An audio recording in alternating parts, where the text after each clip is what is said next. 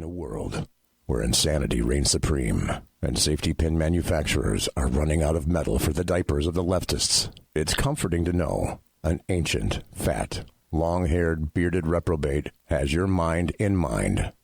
Ladies and gentlemen, boys and girls, children of all ages, broadcasting behind enemy lines in occupied California, and despite every attempt by the SHR Media Network to revoke his shameless contract, we return to the bloviating Zeppelin's Berserk Bobcat Saloon. You're listening to Late Night Radio on the SHR Media Network. Caution, there will be mature themes explored and potentially adult language used. If conservatarian words, phrases, certain concepts, or rhetoric offends you, tune out now.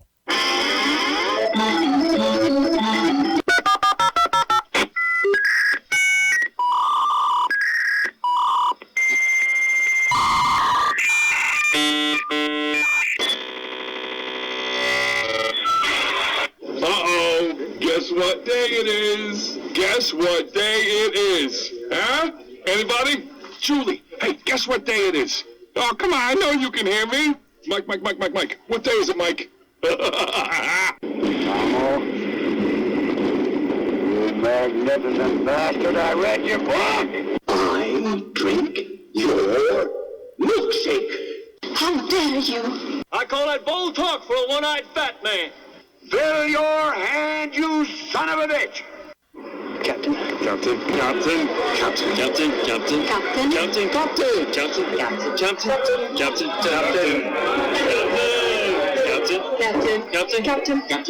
Captain. Captain. Captain. Captain. Captain. No, not yet. Don't pass out on me yet. Terrain. Pull up. I would remind you that extremism in the defense of liberty is no vice. And let me remind you also that moderation in the pursuit of justice is no virtue. Of course you realize this means war. I have come here to chew bubblegum and kick ass. And I'm all out of bubblegum.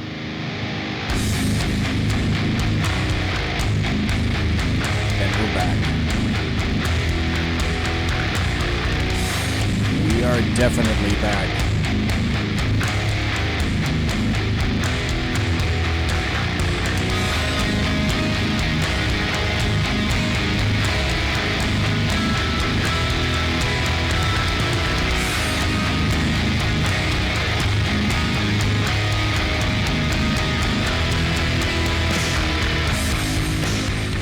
Ladies and gentlemen, boys and girls, children of all ages, welcome to BZ's Berserk Bobcat Saloon radio show, where I'm broadcasting behind enemy lines in occupied California, always spelled with a K, a mere 2 miles east of the locus of evil on the entire left coast, the Bill Mill, the belly of the beast, the Capitol building in downtown Sacramento at 10 Pinell Street, where late at night you can hear the death of common sense and its concomitant wail as it wafts from that petrifying edifice.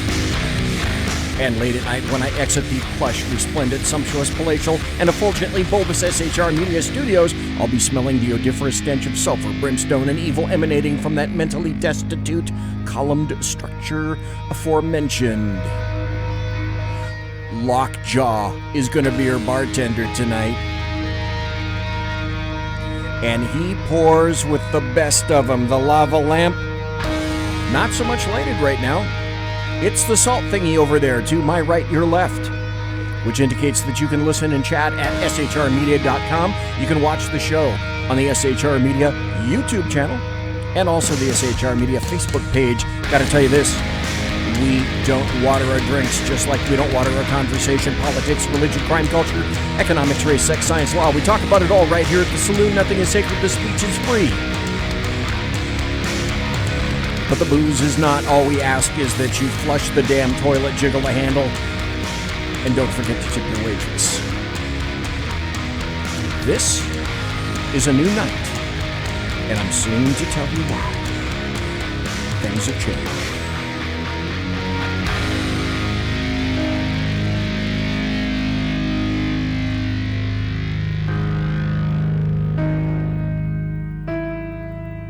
A full 2 hours of buttery political goodness, right at the at the ends of your fingertips. You have it available to you right now. You can listen on shrmedia.com, or you can watch video of all of that.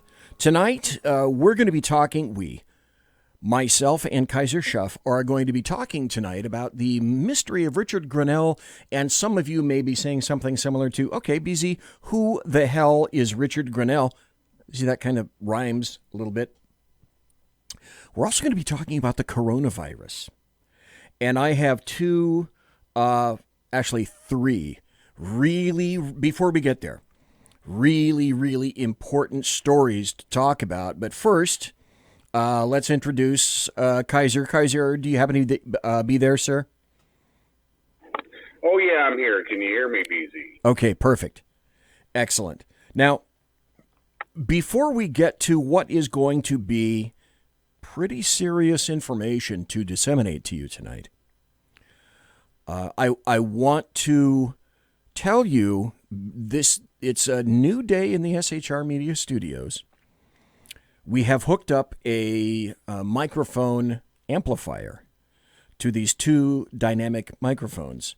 There's a Shure microphone over there across where Clint customarily sits. And by the way, I hear a nasty tumor to the effect that Clint may in fact be here tomorrow night.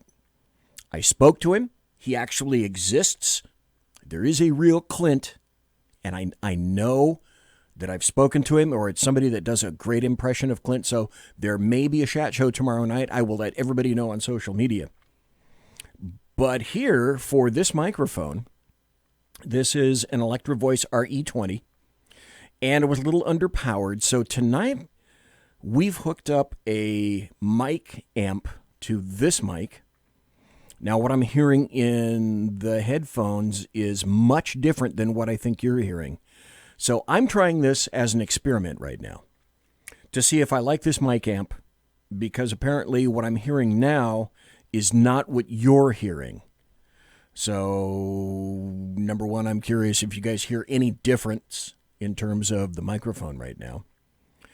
And then number two, Kaiser and I are going to talk about Richard Greenell.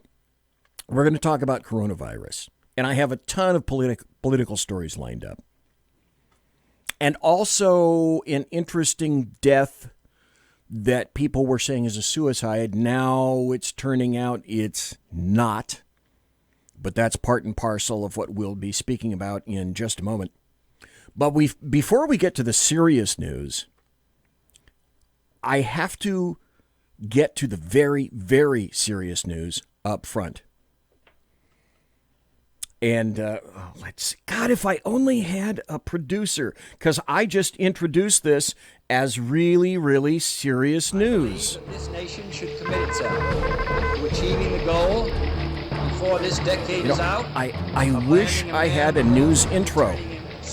Actually, I wish I had a producer. And if I had a news intro, I'd probably play it. My fellow Americans. And while I'm waiting for that, thanks to Mike for being in chat tonight, thanks to Dave for being in chat tonight, thanks to Kaiser for being in chat tonight, and two viewers who will not be unmasked in chat tonight. And I'm telling you, when I get to these are really, really, really important stories, one with an audio cut. So, I will build a great, great wall. Stand by for news. Here it is. This is from Fox News. Don't know if you heard it. It's sad, but it's important. Mad Mike Hughes, 64, a homemade rocket daredevil, was killed in a mishap. This happened in Barstow. A self-styled daredevil died this past Saturday, in a rocket which he launched himself, crashed into the ground, a colleague and a witness said. Mad Mike Hughes died after the homemade rocket crashed on private property near Barstow about 1:52 p.m. near Highway 247, the Daily Press of Victorville said. Waldo Stakes, a colleague who was at the rocket launch, said Hughes, 64, was killed. It was unsuccessful and he passed away, Stakes told the Associated Press. He declined further comment. Now, I don't know if you realize this or not, but Hughes was a member of the Flat Earth Society. My guess is that in death, Mr. Hughes resembled his society quite a bit. Wait a minute. If I had a producer, you would have heard... But I don't have a producer, so that's not what you heard. Here's the second important story for tonight. This is Chelsea Clinton. This is from BreakingIsraelNews.com. Highly important. And this is one of the most insightful comments that you will hear in quite some time. Hey, welcome to the Alaskan in chat. Welcome to Whiskey Dale in chat. Thanks for being here tonight, everybody in chat. This headline says it all. Very insightful, very important, and here it is. Chelsea Clinton. I wish my grandparents had Planned Parenthood.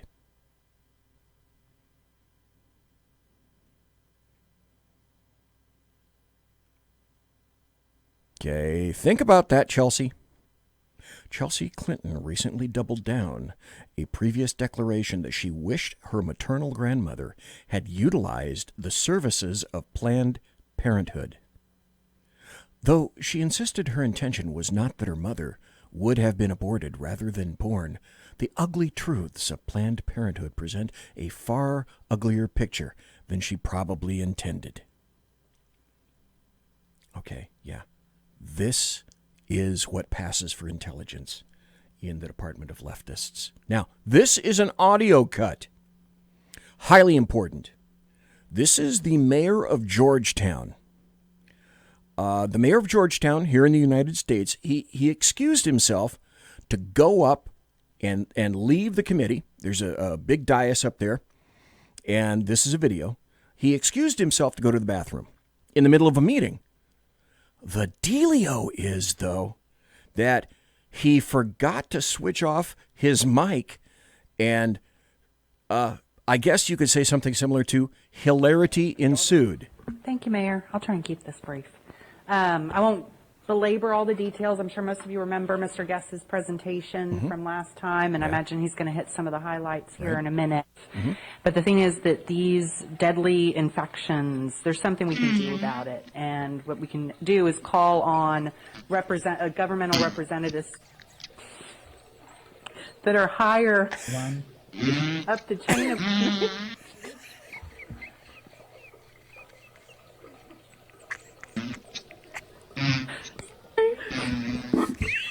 and ask for action at the federal level. I am aware of Mr. Brainerd's concerns that he raised last time, and there would be instances where I actually agree that we should take action locally first, but there are not any CAFO operations in Georgetown, so for us to just say it within the city limits would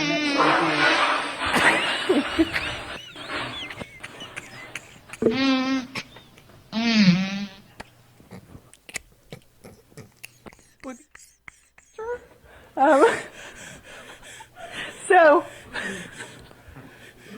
And he's walking back. And also these diseases. He has no idea. Don't know any boundaries. So a state-by-state approach would just mean that the...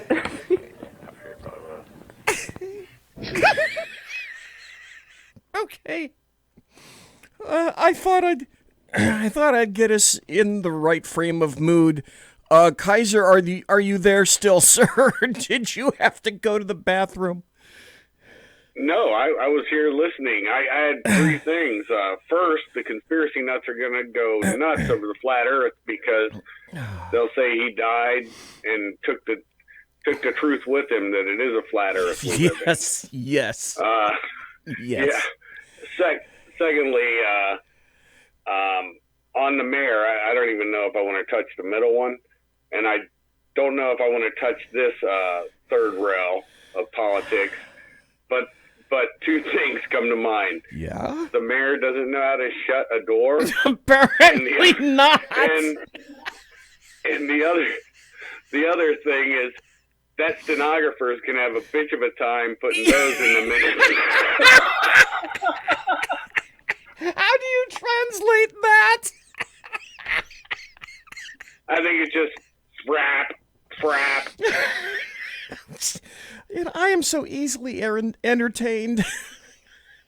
I could say I'm Me sorry, too. but I'm not. I just thought I'd start the show off with a bang. Okay, a little bit of background, folks.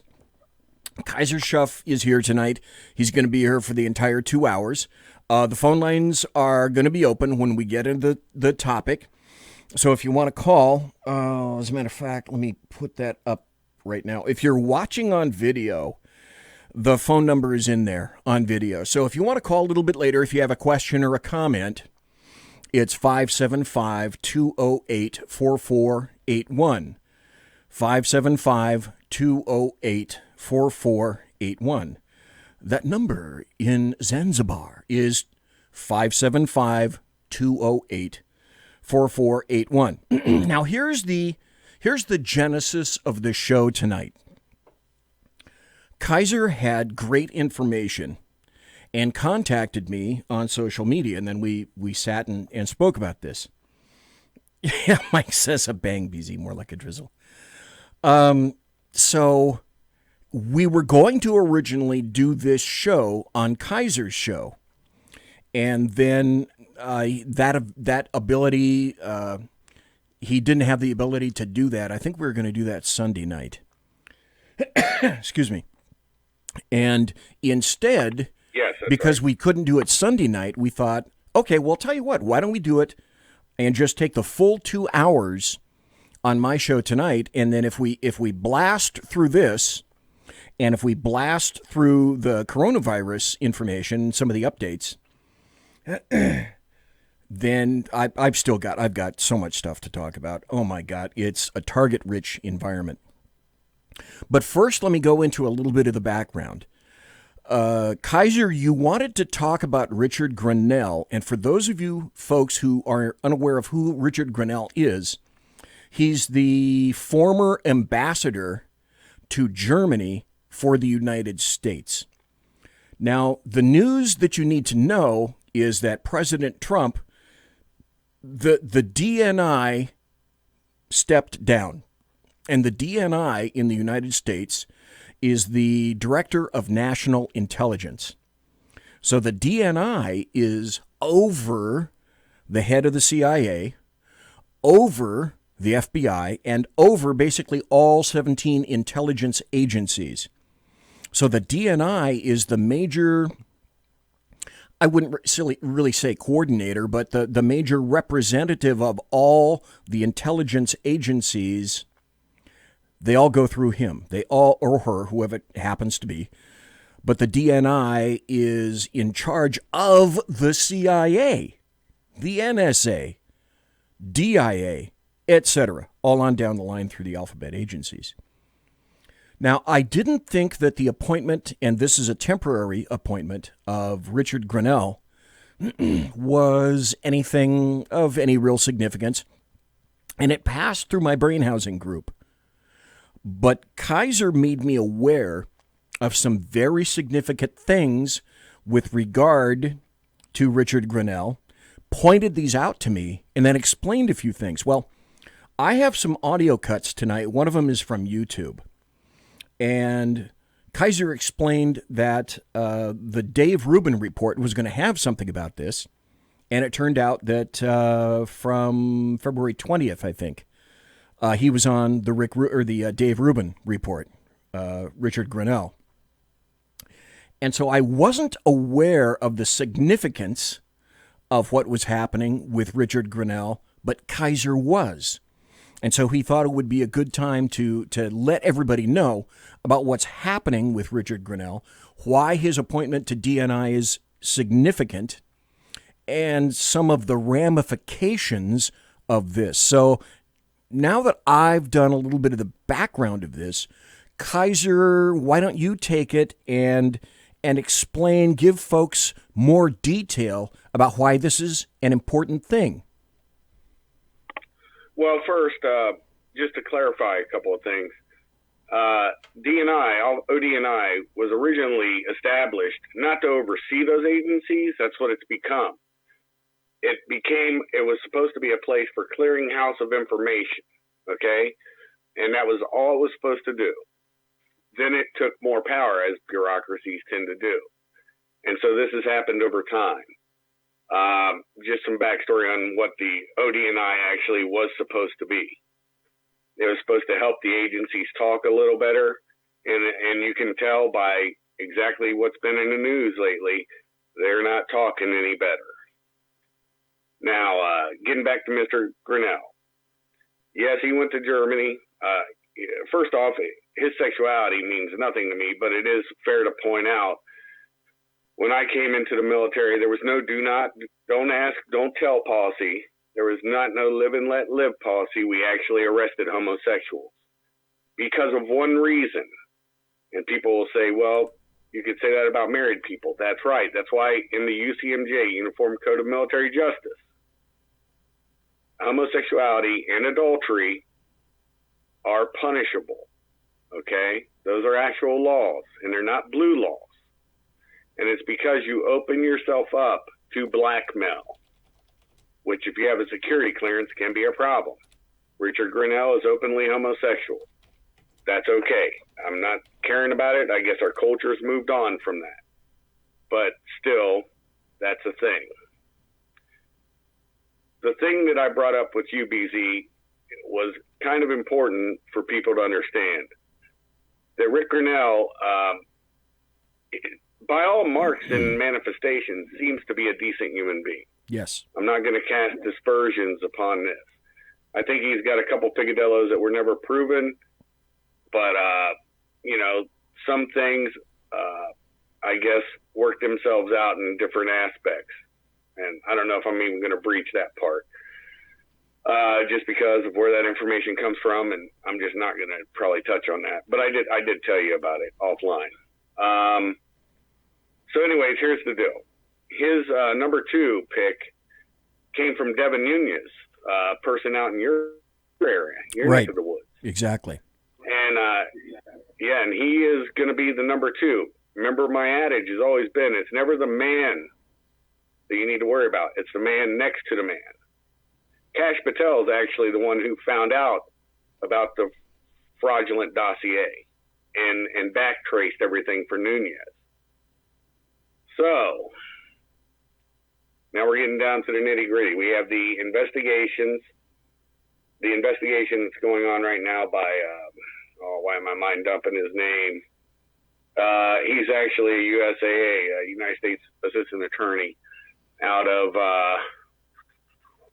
I think the Carolinas. I could be wrong on that. Are you talking Durham? You're Durham. talking about Durham. Okay, right. Yeah. And his investigation's taken him to Italy. It's taken him to England, Australia. There's a lot of things it's taken him to. Seems like there's going to be some prosecutions, but the implications can be, if they do this right, that they can backtrace this mole, which is what I think actually started all this. We've talked about this before. Some people back in the 90s called it the shadow state. Then they started calling it the deep state. I like to call it the state within the state. The best example I can give you is the example of Ulrich in East Germany, before it was East Germany, and how he had his own little state within the state, and how it became the puppet for Russia through cultural Marxism, folks. And I believe what he's going in to find out is to try to unravel everything that happened during that political season in 2016. And he's got Kash Patel with him. Like I said, never look at the first man, look at the second man. Kash Patel's on point on this stuff. He's already reeved up. He was on the congressional, when actual Nunez was the chairman of it, the Intelligence Committee. So between that And Grenell going to Germany and being right there on the European tip of the spear, so to speak, probably a lot of information has passed through his ambassadorial ship. Well, you mentioned that, and it's interesting to note the Washington Examiner had an article about that as well, and it said a National Security Council staffer made the jump over to the intelligence community, according to multiple reports, and it specifically names Kash Patel, who previously served as an aide to the House Intelligence Committee's Devin Nunes, just like you indicated, was appointed to be a senior advisor to new acting director of national intelligence, Richard Grenell. A source told CBS News there's a new mandate to clean house, including a top-to-bottom review of ODNI operations that have expanded since 2005. Oddly enough, KAISER SHUFF, just like you said. Patel's move was first reported by Politico. Trump announced on Wednesday that Grenell, the U.S. ambassador to Germany and a Trump loyalist, but only recently, would replace Joseph Maguire as acting DNI. And if I'm not mistaken, KAISER acting director is good for what, 90 days, something like that? It's a 200-day thing. That's why the last director left. Okay. Because he'd expended his 200 days. He didn't get pushed out. He just met and he got replaced.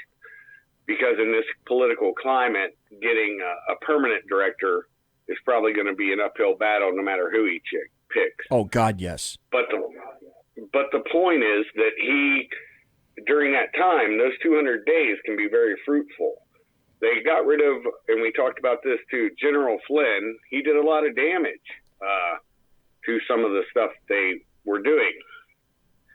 And Grenell and Patel, what I think you're going to see, though, I do think that in the next election, if we get Trump back, I believe Flynn will be probably the intel guy, the ODNI. That's just my feeling. It doesn't mean it's fact. I think he'll get a full pardon. Either way it goes, just like Stone. I think everybody, Manafort, all of them will, and I'll tell you why, is because fruit of the poisonous tree. You're a cop, just like I was. I said that I've been saying that for quite some time. It has to be that way. It should be that way. That's right. That's how all jurisprudence is, state, federal, local. And anyways, so that's sort of my roundabout stuff on him. If you want to get into some of the more personal stuff on him, we can do that. If you want to play some clips, that'd be good, so we can go from there. I've got some stuff about Grenell talking to, let's see, Dave Rubin, about the really strange ways that the UN wastes money. We're going to do that when we come back from the break. I got about 1 minute before the bottom of the hour break. So we're going to cover this and the Washington Examiner article. I've got a ton of articles to talk about. We will get to a recent death/suicide that we'll be speaking about very shortly. Richard Grenell is now the highest-ranking openly gay official in U.S. government history, and no, it wasn't Obama who put him there. And he's changed a little bit. Grenell, who is the director of national intelligence appointed by Trump, for years he's been, quote, a Trump loyalist, but he wasn't always a Trump supporter. In 2016, before Trump became the presidential nominee, Grenell called Trump dangerous, and he spoke out regularly in favor of Ohio Governor John Kasich. But when we come back, now I wanted Kaiser to hear that specifically. So when we come back, I have some audio to play about Grenell weighing in on waste at the United Nations. But I specifically want to ask Kaiser when we come back, number one, why would President Trump appoint the German ambassador to Germany as his DNI. And what's the importance of that? Why Grenell over anybody else? Because he seemingly came out of nowhere. Grenell has shared intelligence, surely. And Grenell, I would bet, has been privy to a lot of very specialized information. The other aspect of this is that Grenell, oh my gosh, is he now attacked by the leftists and the Democrats and the American media maggots? He is grandly attacked now. I just find that very interesting. So we'll be right back after this with more of Kaiser and myself talking about Richard Grenell, what it all means. Like I said, why Richard Grenell? Conservative media done right. You're listening to the SHR Media Network. For 50 years, I've seen the American people blinded by corrupt politicians, a lapdog media, and deceptive Islam. The one thing the elites fear is one man with a cane. I'm Dave Milner. Join me through Spreaker, iTunes, and SoundCloud, through SHR Media and the Western Free Radio Network, for half a century of experienced perspective on political and social issues, weekly on The Unpleasant Blind Guy. And catch me on Jeff Mitchell's EDL Radio on blogtalkradio.com. There's no surrender, ever. Because truth is not always pleasant. It's your business diva here, Melanie Collette. I am inviting you to a front row seat as I discuss some of the most intriguing details of wealth and finance with today's movers and shakers in the world of business. Listen in and discover financial truths on a global, domestic, and household scale. Uncover topics that will impact your wallet today and in the future. Money Talk with Melanie airs Monday through Friday, 5 p.m. East, 2 p.m. West, right here on SHR Media and High Plains Pundit Talk Radio. You can't afford to miss it. From a public locker inside a dilapidated Long Island rail station comes a show designed to piss off liberals using truth, facts, and ridicule. The Lid Radio Show, featuring the conservative voice from the People's Republic of New York, the Lid himself, Jeff Dunitz. Tune in every Wednesday at 2 p.m. Eastern, 11 a.m. Pacific on the SHR Media Network. Go to shrmedia.com. At Lid Radio, we fight for the truth, justice, and a good kosher T-bone. If you don't listen, Hillary Clinton might sneak into your bedroom in her housecoat late at night and blame you for her election loss. It's the Lid Radio Show with Jeff Dunitz.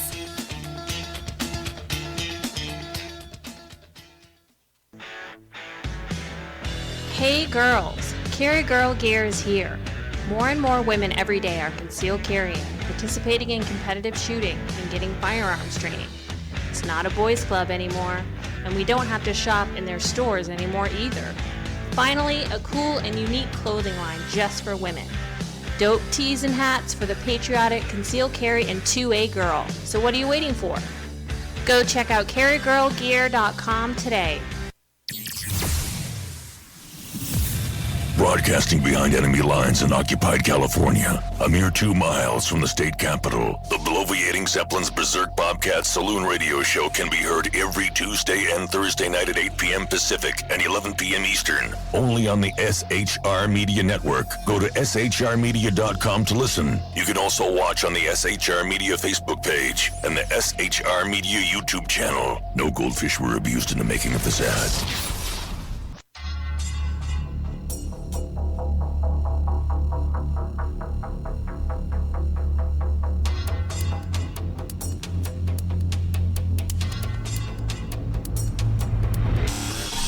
New show on the SHR Media Network, Sackheads Against Tyranny.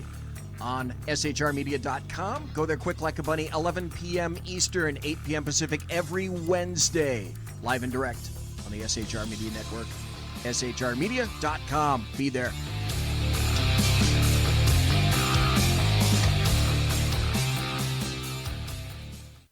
Hey, this is Michael Wright. And I'm Shannon Wright. Join us for The Right Way with Shannon and Mike Monday through Thursday from 7 to 9 a.m. right here on SHR Media. Why are they joining us? For fun things like sports, politics. Oh, maybe some news and entertainment?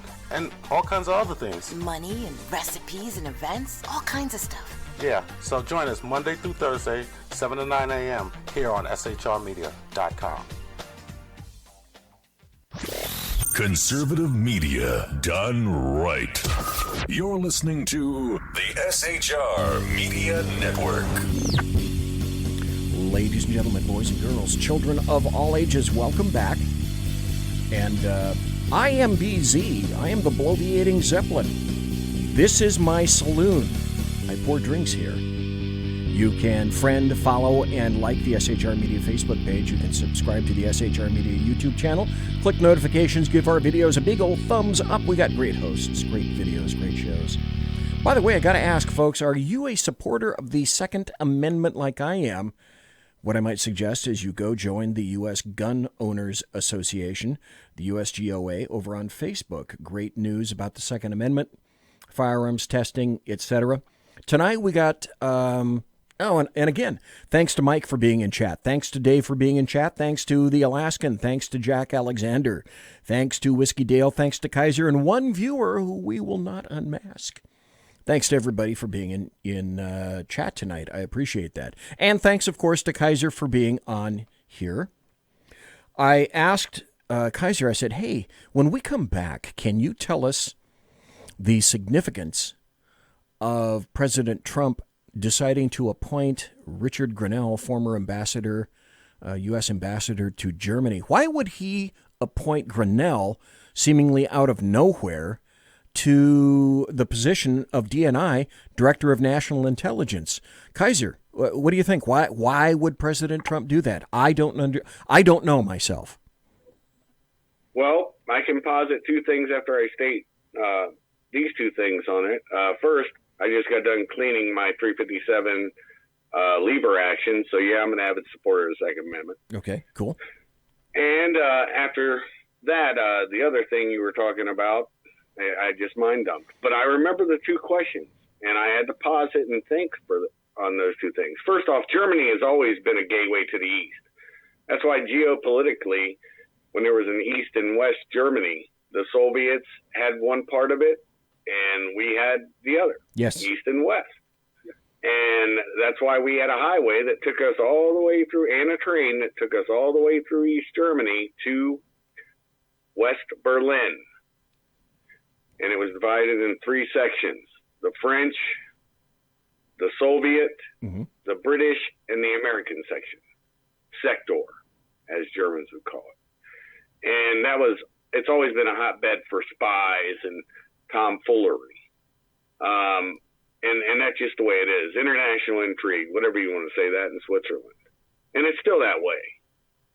And so that's why, you would say, here's this nobody from the Berlin outpost, or Berlin Post, the Berlin embassy, ambassador to be sure, being put into ODNI.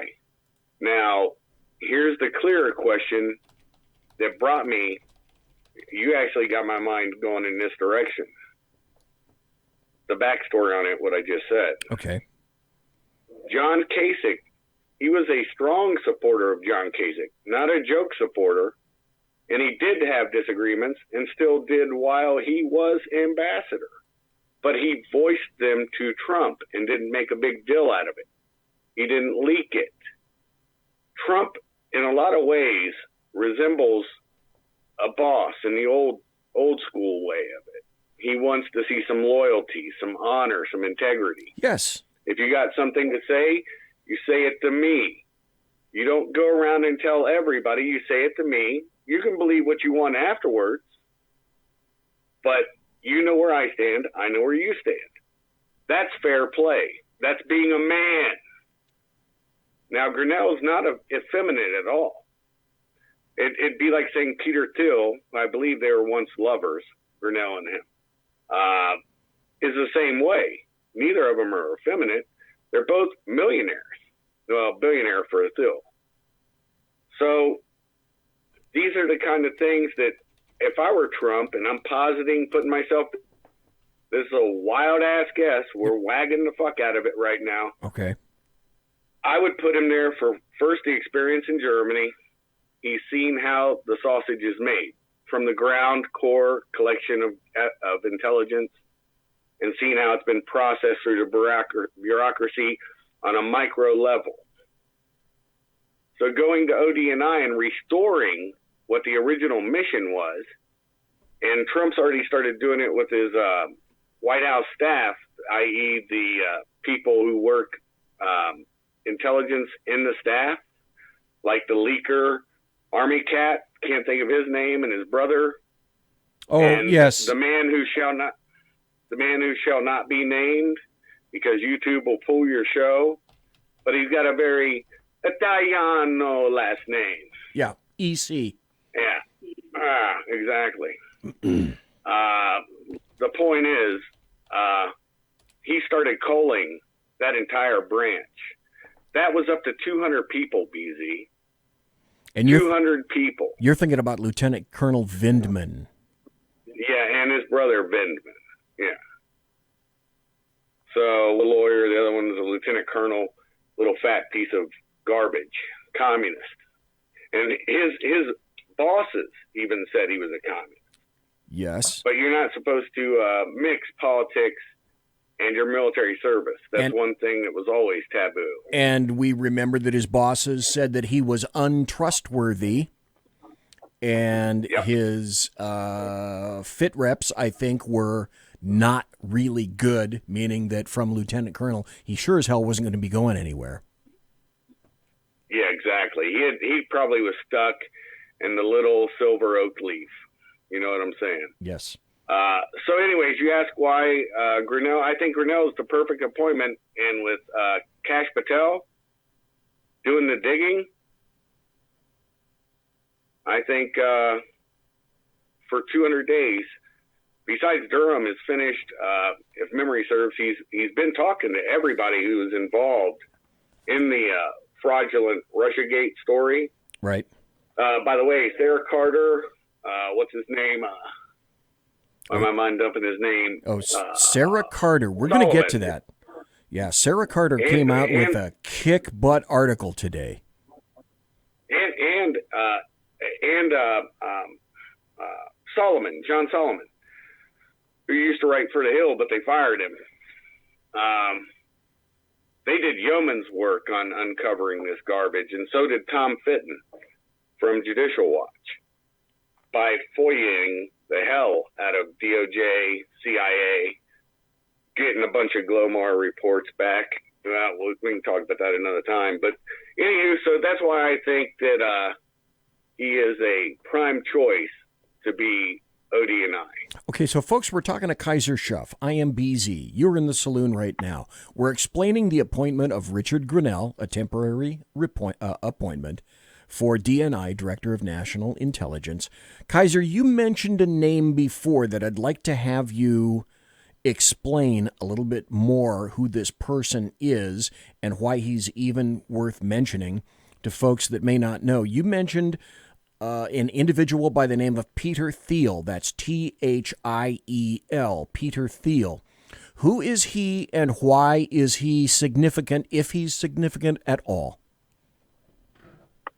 Well, Peter Thiel has always been significant. He's a conservative. We're talking about all log cabin Republicans. For people who don't know, log cabin Republicans are a homosexual branch of the Republican Party, both gay and lesbian. I guess now transgender too, who knows? But there's a big fight within that community over that too, because it's so SJWized.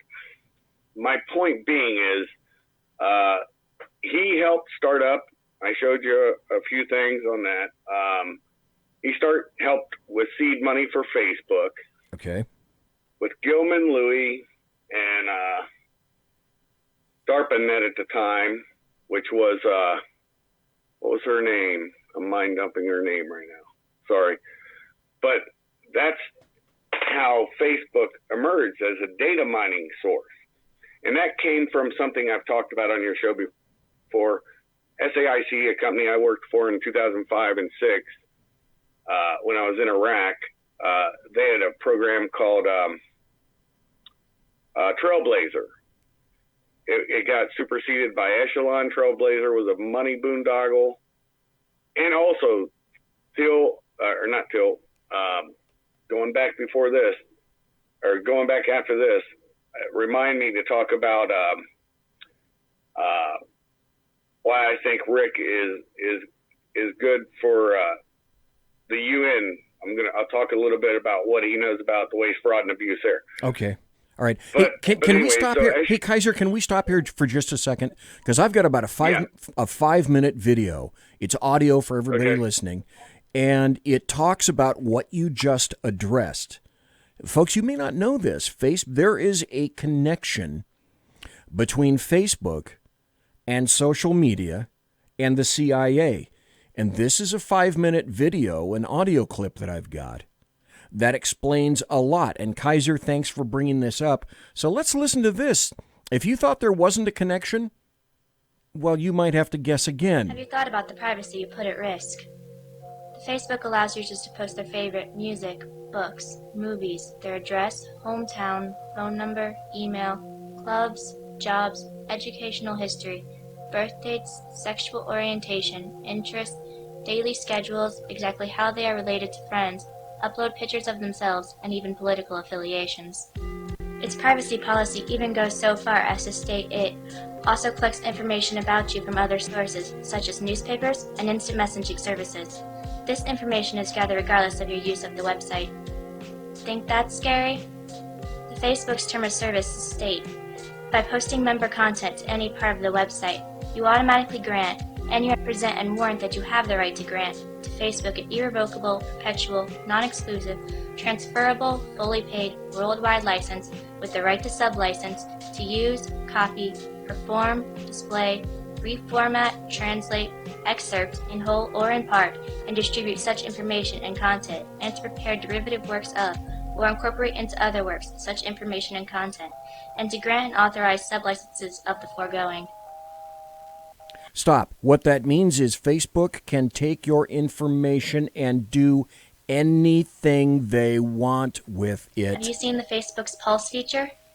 Pulse provides statistical trends among universities down to minute details such as percentages of females with conservative views, the student body's top 10 movies, and percentage of students who have read Catcher in the Rye.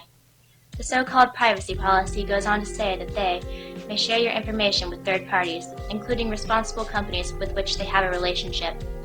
Can you think of any marketing group who would pass up buying such valid yet easily collected statistics such as these and others? So maybe they're using us. But is there more? The first venture capital money totaled at $500,000 came to the Facebook from venture capitalist Peter Thiel, founder and former CEO of PayPal. Stop. There you have that name again, Peter Thiel, who funded Facebook. Pay attention to all of this stuff, folks. It's all inexorably linked. He also serves on the board of radical conservative group Vanguard PAC. Further funding came in the form of $12.7 million from venture capital firm Excel Partners. Excel's manager, James Breyer, was former chair of the National Venture Capital Association. Breyer served on National Venture Capital Association's board with Gilman Louie, CEO of In-Q-Tel, a venture capital firm established by the Central Intelligence Agency in 1999. There you go. This firm works in various aspects of information technology and intelligence, including most notably, nurturing data mining technologies. Breyer has also served on the board of BBN Technologies, a research and development firm known for spearheading the ARPANET, or what we know today as the Internet. In October of 2004, Dr. Anita Jones climbed on board BBN, along with Gilman Louie. But what is most interesting is Dr. Jones' experience prior to joining BBN. Jones herself served on the board of directors for In-Q-Tel, and was previously the Director of Defense Research and Engineering for the U.S. Department of Defense. Her responsibilities included serving as an advisor to the Secretary of Defense and overseeing the Defense Advanced Research Projects Agency. This goes farther than just the initial appearances. DARPA shot to national fame in 2002 when knowledge of the existence of the Information Awareness Office came to light. The IAO stated its mission was to gather as much information as possible about everyone in a centralized location for easy perusal by the United States government, including though not limited to internet activity, credit card purchase history, airline ticket purchases, car rentals, medical records, educational transcripts, driver's licenses, utility bills, tax returns, and any other available data. All of the above raises more questions than Any other available data. answers. Perhaps if the Facebook wishes to stay ethically sane, it should enact a policy. What happens in the Facebook stays in the Facebook. Do you think that's going to happen? I don't think so. And that's why done a real good job of it. Facebook, just like you said, just as you indicated, Facebook has direct connections, folks, to the CIA. It's all intertwined. Well, that's true. And why do you think we have the place in Utah now? Can't think of the name of the town. Starts with a B. Everybody used to say the data collection was all metadata, right? Right. Well, metadata is just numbers and keys, zeros and ones, and time frames and IP addresses and this, that, and the other. But what that does is that gives them the ability to go right back to that phone call, right back to that Facebook post, right back to that search history. Well, here's right back to when you looked up wanting to buy the book, whatever book it is. If there's some book, okay. Here's something interesting that I do remember, is you mentioned Utah and data. Folks, if you didn't already know, there's a place, a government agency called the Utah Data Center. It's known as the Intelligence Community Comprehensive National Cybersecurity Initiative Data Center, is a data storage facility for the United States intelligence community designed to store everything. It is the newest data site. It's located at Camp Williams near Bluffdale, Utah. That's the B you were looking for, between Utah Lake and Great Salt Lake. And it was completed just last year, folks, in May of 2019 at an easy, breezy price of $1.5 billion. Everything is there, folks. That's real, BZ. That's real, BZ. The NRO, NSA, DIA, CIA, everything they compile, used to be, by mandate, the NSA can't turn their listening in on the U.S. And as you promised in your opening, you don't unmask people. But the problem is they allowed the unmasking to go all the way to Department of State. Now understand why the ambassadorialship and his travels to the UN was so important with Rick. Samantha Powers unmasked a lot of people. You just took the words out of my mouth. I was just going to say that. And her husband. Do you remember who her husband is? No, I do not. Do a quick looky. I'm not going to tell. Everybody look it up. You'll know that name. Remember the names, folks. They always come back. Anyways, here's the point. The intelligence agencies and NSA did turn for the entire time of the Obama administration, several things happened. And this will touch lightly on probably the person you want to talk about last, but it's very true.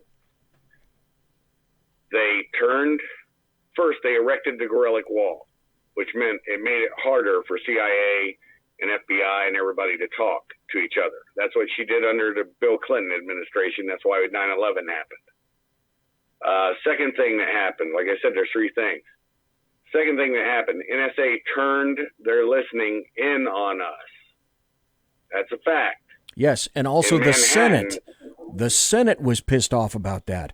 Dianne Feinstein recognized that they were being tapped. Yep. And why do you think they knew that her driver was a Chinese agent? Oh, my God, that's another story for another hour. Well, that's what I'm saying. This all touches on a lot of things, and it's connecting dots. Everything's about connecting dots, folks. And the point is, there's a listening outpost that's done by I'm mind dumping now. I just said it a second. In Manhattan, I believe the building's number, believe it or not, is 666, and that is an NSA building. Is that the windowless building? Yes. And so there's a lot of machinations in this whole intelligence thing that, needs to be fixed in a lot of ways. And notice how Zuckerberg is compliant with the president's wishes, even though he's still banning conservatives. It's not him, really. It's the SJWs he has working for him, just like YouTube and everything else. But this is what's happening right now. Here's something very interesting since you brought this up. This is from theintercept.com. The windowless building that you were talking about it's like hiding in plain sight, and it is literally a windowless building in Lower Manhattan. It is the NSA's spy hub in New York, hidden in plain sight. When it was built, they called it Project X.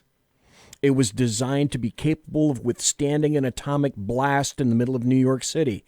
It has no windows, 29 floors with 3 basement levels, and enough food to last 1,500 people 2 weeks in the event of a catastrophe.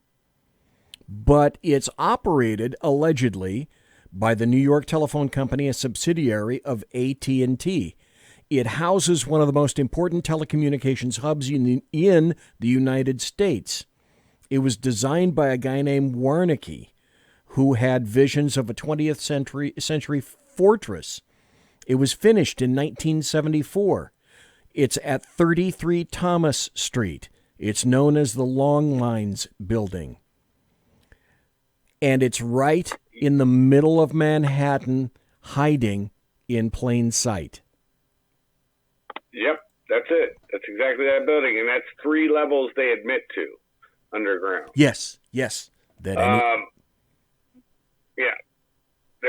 Anyways, I don't want to get into that subject. It's a long subject.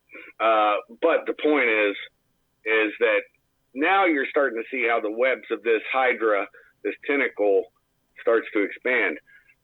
And I'm hoping, doesn't mean it's going to happen, folks, but with the waste, fraud, and abuse that he knows what goes on in the UN and within State Department's corrupt, folks, and it's full of a bunch of communists. The rat's nest. The last stat that I heard is that the Department of State was voting back in 2016 about 95% for Hillary Clinton. And I think that tells you essentially all that you need to know about the person or the personnel that work in the Department of State. Now, you said that you think the deep state is kind of a thing unto itself. I submitted, and I said last year, and I think the year before, there are actually 4 branches of government. Now, the standard branches of government are the executive, the legislative, and the judicial. And I submit the 4th branch of government is the deep state because they keep, no matter what regime is there, they are still there. They are the long-term workers, and you can't dig them out. They're like termites dug in. They can be fired. Oh, they can be fired because they have to adhere to civil service rules. Their GS ratings are all over the map. Folks, we're talking to Kaiser Schuff. We're talking about intelligence. We're talking about Richard Greenell. We got about 1 more minute before the top of the hour break. When we come back after the break, this will be the end of the first hour. My God, Kaiser Schuff, an hour has gone already. I can clean this up real quick, brother. Okay. The SES, the Special Executive Service, and the SIS, Special Intelligence Service, those are all not under civil service. Those are appointments.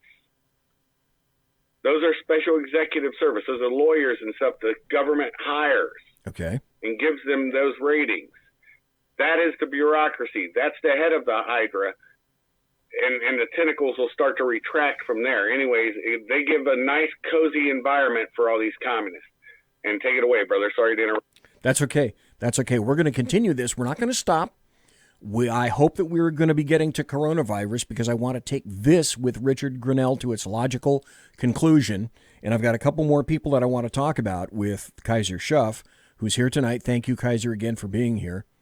When we come back, Dave Rubin spoke to Richard Greenell, former U.S. ambassador to Germany. And Greenell is going to talk about, he's seen, as Kaiser said in the first hour, he's seen how the sausage is made. So Greenell is going to talk to Dave Rubin about the crazy, stupid ways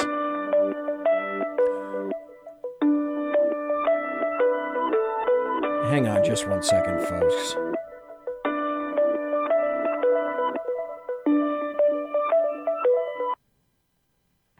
Holy moly. Okay. About the crazy, stupid ways that the UN wastes our money. And I'm going to be right back after this. Don't go anywhere. Conservative media done right. You're listening to the SHR Media Network. For 50 years, I've seen the American people blinded by corrupt politicians, a lapdog media, and deceptive Islam. The one thing the elites fear is one man with a cane. I'm Dave Milner.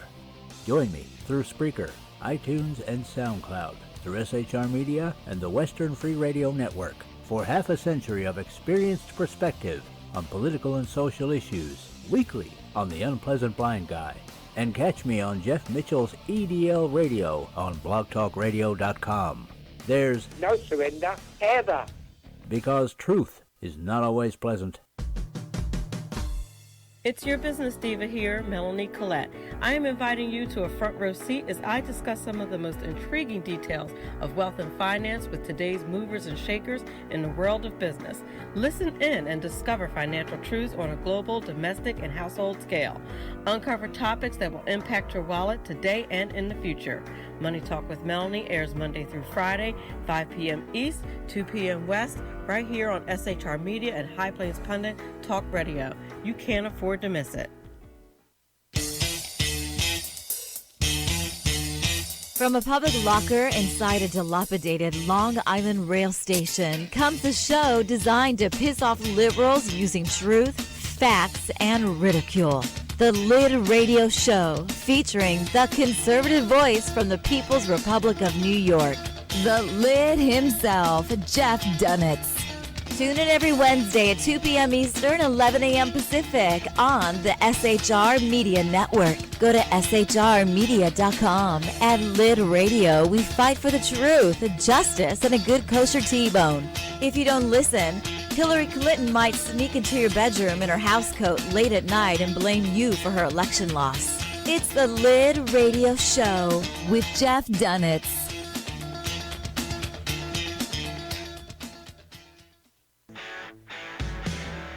Hey girls, Carry Girl Gear is here. More and more women every day are concealed carrying, participating in competitive shooting, and getting firearms training. It's not a boys' club anymore, and we don't have to shop in their stores anymore either. Finally, a cool and unique clothing line just for women.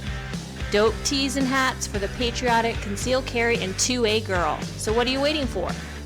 Go check out carrygirlgear.com today. Broadcasting behind enemy lines in occupied California, a mere 2 miles from the state capital, the bloviating Zeppelin's Berserk Bobcat Saloon radio show can be heard every Tuesday and Thursday night at 8 p.m. Pacific and 11 p.m. Eastern, only on the SHR Media Network. Go to shrmedia.com to listen. You can also watch on the SHR Media Facebook page and the SHR Media YouTube channel. No goldfish were abused in the making of this ad.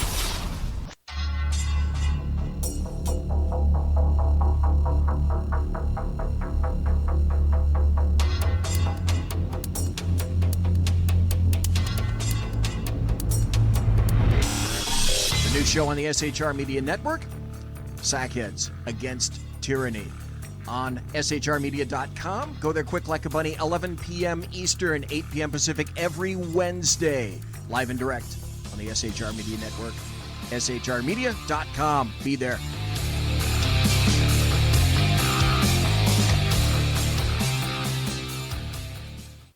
Hey, this is Michael Wright. And I'm Shannon Wright. Join us for The Right Way with Shannon and Mike, Monday through Thursday from 7 to 9 a.m. right here on SHR Media. Why are they joining us? For fun things like sports, politics. Oh, maybe some news and entertainment? And all kinds of other things. Money and recipes and events, all kinds of stuff. Yeah, so join us Monday through Thursday, 7 to 9 a.m. here on shrmedia.com. Conservative media done right.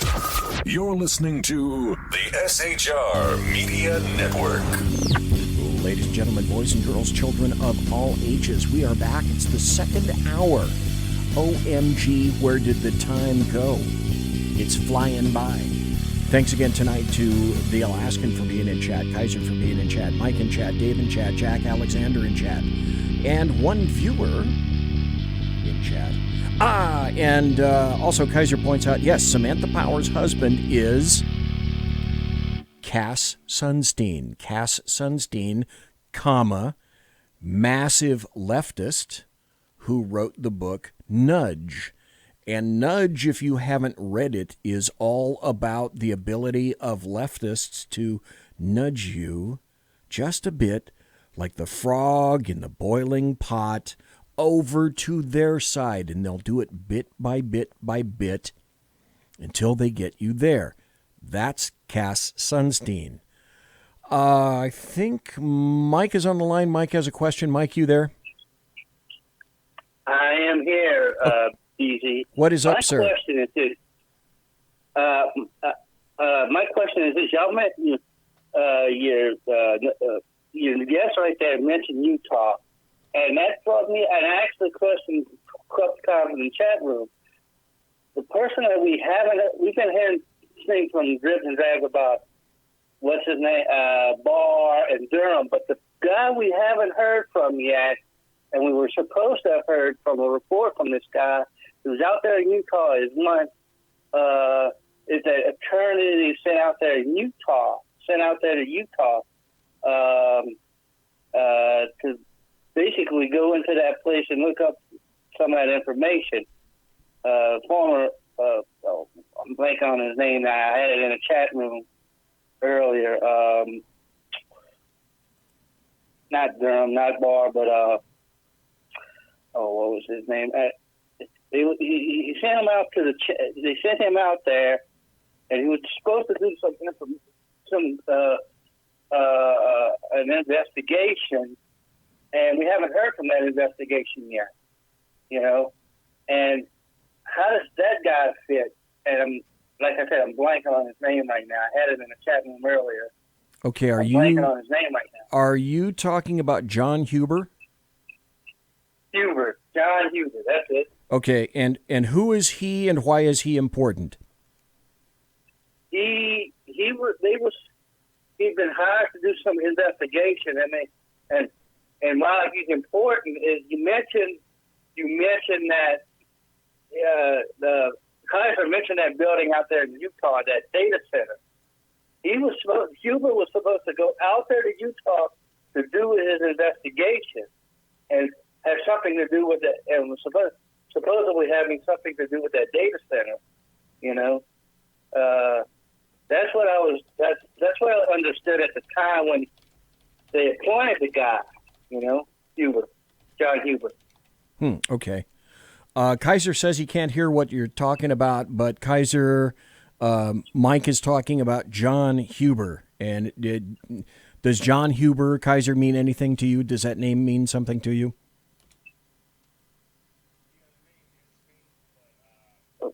I could hang up, BZ. Okay. Go ahead and hang up. All righty. Thank you. Okay, for whatever reason, I am not hearing you now, Kaiser. So I hope that you haven't done something in the interim. Okay. Tell you what, let me hang up and I will call you right back and we'll see if we can get a better connection. In the meantime, I wanted to play this, and I'll be calling Kaiser right back. I wanted to play this for you. This is Richard Greenell on Dave Rubin's show called The Rubin Report. And Richard Greenell, now the new DNI, is talking about the crazy-ass ways that the UN is wasting our taxpayer dollars. It's challenging to go to the UN and participate in the system where the UN says, you know, we have this formula and every country gets to have a certain amount of people get jobs at the UN. So they look at the formula and they say, oh, well, how many people do we have from Nigeria? Oh, we need more. Go hire people into the system from Nigeria. It tends to not be whether or not someone is qualified or has the skill set. It is, are we being fair and equal on the disbursement of jobs? We're hearing a lot of this idea lately, all over the place. And that's where it breaks down, because you're hiring people that really don't know what they're doing and they waste money and the UN becomes a jobs program. Can you talk a little bit about just generally what the state of the UN is and what it was like to be there? And, you know, that so many people think that this it's is like Dave this Rubin now. Sort of perfect thing that the countries come together and figure out what's right for everybody. Like, they love the idea of it more than, I think, functionally how it works or does not work. Well, first of all, I always try to correct people that the UN doesn't really exist. The UN is member states. Right? So when somebody says, oh, the UN says no, I always say, the UN doesn't say no. Members at the UN, maybe Russia and China got together in the Security Council and said no, but the UN doesn't take a position. And so I try to not just reflexively blame, oh, the UN stopped something, because it's really member countries. That's the first thing. The second thing is the UN does not work unless the US is leading it, whether it's the World Food Program, UNICEF, UNDP, you know, the development programs, whatever it is, the U.S. has to be there, otherwise the UN does not work. The UN system... Okay, stop right there.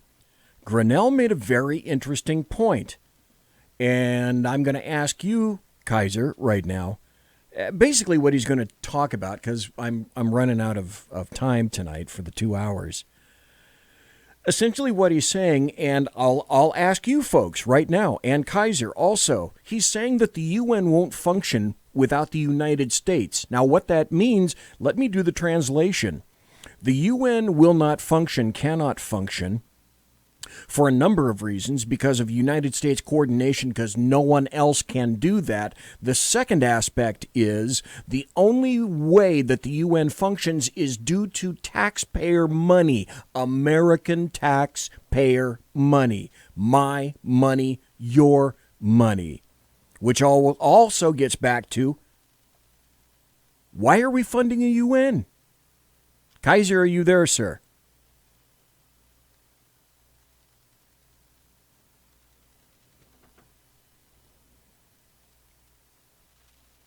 Okay, Kaiser, I'm not picking you up there, so tell you what.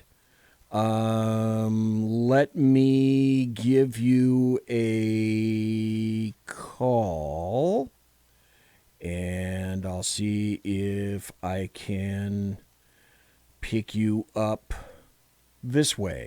Welcome to Verizon Wireless. The wireless customer you called is... Okay. Kaiser, I'm going to give your number a call. And see, because for whatever reason,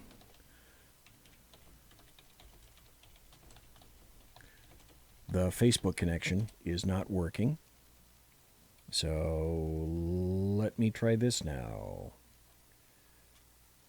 Because we spoke about this. If we need, it's always good to have a plan B moving.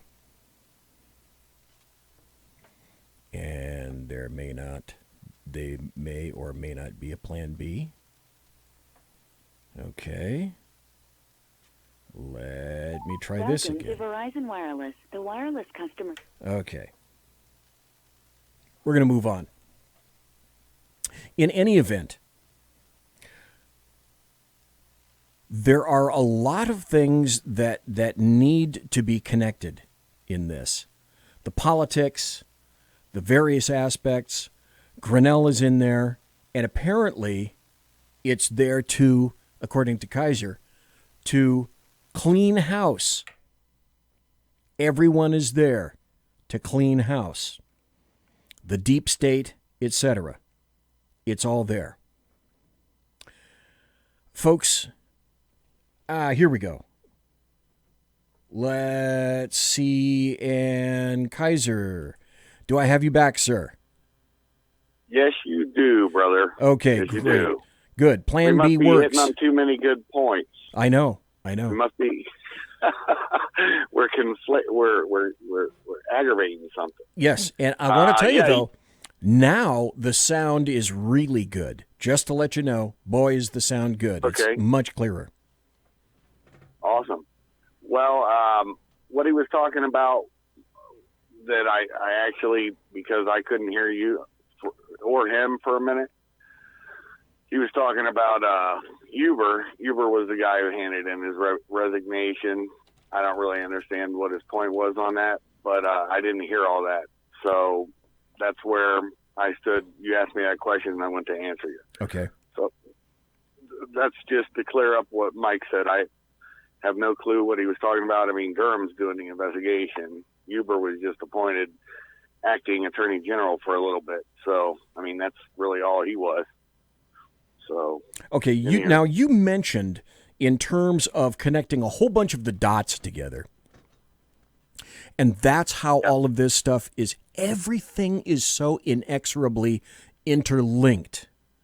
There are hundreds and hundreds and hundreds of players involved in this, and if you think it's anything remotely simple, it simply isn't, because it is so deep, so long, and so abject. One of the persons. Yes, I stand corrected. You are absolutely right. It is thousands of people. I'm going to make a point just for a moment, if I can. Have we, that anyone can think of, ever had in the history of the United States one individual, President Trump, who is so reviled by so many people, wakes up every morning and is the focus of people attempting to take him down by any means, in any fashion? All 17 intelligence agencies, everyone on the political left, every leftist, every newspaper, every bit of the American media maggots, tons of people in the United States, many people all over the world, and yet this guy gets up every morning and faces that kind of onslaught. I don't think, Kaiser, and if you know, or anybody else that's listening, knows of anybody that is the focus of more hatred and discontent, and not just survives in that environment, but thrives and may get reelected in November of this year, despite this continuous firebombing of him. Can anybody else think of another human being of standing or note that could otherwise survive the terrific onslaught that President Trump takes every day, every hour? I can't think of anybody. Kaiser, anybody come to your mind, sir? No, we used to have a saying, arguing with the Marines is like wrestling a pig in mud. Everybody gets dirty, but the pig loves it. Yeah. Well, meet Pig, Orange Man Bad. And he does. He enjoys I think he's old school enough that he's more old school than I am, and about as old school as you are, brother. And people can say all they want about either of us, and we both are like, so what? Yeah. Who cares? You know? We're immune. You don't pay my bills. You don't pay my bills, you don't fuck my wife. So yeah. I don't care what you think. Yeah, that's called perfect vaccination. Now, I want to throw another name into the mix here that you had specifically addressed with me earlier when we were considering doing the show this past Sunday. And maybe you can explain... before I get to that name, let me backtrack a little bit and maybe have you fill in some holes here. When we were talking about this, Kaiser Schuff, you indicated that Richard Grenell may also have been appointed because of his relationship with Germany. You mentioned it in passing in the first hour. But I want to go a little bit deeper into that in terms of one of the things that other people had mentioned was Grenell knows where the bodies are buried in Germany, and Richard Grenell knows where many of the bodies are buried in Europe, political bodies. And correct me if I'm wrong, Kaiser Schuff, but indications were also that Richard Grenell had a very serious influence, shall we say, in terms of Germany and other European nations finally beginning to kick up some cash in terms of support of NATO. So, So is that correct? And is that expandable in terms of Richard Grenell's influence and what he knows from his time in Germany? Yeah, he basically told Angela, he's like, look, you may not like Trump, but he gets things done. And you're going to either do it or you're going to have problems. And he goes, he's going to push and push. And what did she do? Submitted. Yep. And in Germany, a lot of the people, and I didn't believe it until I was stationed there, and friends of mine who were German told me, and then I looked it up, and it's actually true. We wrote the Constitution for Germany, and part of it states they can no longer wage aggressive war. We did it to Japan, too, after the Second World War. But what a lot of people don't know about Germany is actually a sub-state, like not a protectorate. It still has its own GNP and stuff, but their government is controlled by us. And that's a fact. See, when East Germany devolved under Honecker after Ulrich died, when East Germany devolved, the Soviet Union took it away. We're like, good riddance by Gorbachev. Well, we didn't do that. So still to this day, that's why Angela Merkel was a big, not proponent of diversity. She was one of the biggest advocates to stop diversity in Germany. She had her meeting with Obama in 2015. And her tune changed. See, okay, where's this? From what you said, from your lips to God's ears. That is exactly correct, because I can remember specifically, for whatever reason, this still sticks in my brain. I can remember from 2010, Angela Merkel saying this specifically. In Germany, it's called multiculti. And Angela Merkel in 2010 was saying that multiculti does not work. Right. And multiculti is what she has now embraced by taking, essentially, I submit, ruining Europe, at least Western Europe. I'm not sure about Eastern Europe. There's still some holdouts there, Poland and Hungary and whatnot. But Western Europe, it's been completely collapsed from within, from refugees, from people that have no interest whatsoever in assimilating and are holding on to Islam, Sharia law, etc., and their goal is to turn Western Europe into a Sharia haven. Now, that having been said, and I don't know if you know this answer, but the first question that came into my brain when you said that, and I should have been asking the question, but didn't, is what changed with Angela Merkel that she was against multiculti, and now after having met with Obama, she embraced it with open arms to the point where she has trashed Europe and certainly Germany. So what do you know, Kaiser Schuff? What changed in that meeting? What happened? I have no idea. I do not. Well, Merkel's an interesting study. You know, she's a physicist. She's not a dumb woman. She's also not a Nazi, from what Dave said. What I will tell you she was she was with the German youth movement in East Germany. She also, at the FDJ, she also worked for the Stasi as an informant. And everybody knows that there's a book out called I'm Angla. And so anyways, this is fact. She's very lefty, and yet she went into the Christian Conservative Union, the CDU. So anyways, I don't really, you could do a whole show on Merkel. She's just got a lot of bodies buried, very easy to be manipulated, and she's smart enough to know when to shut her mouth.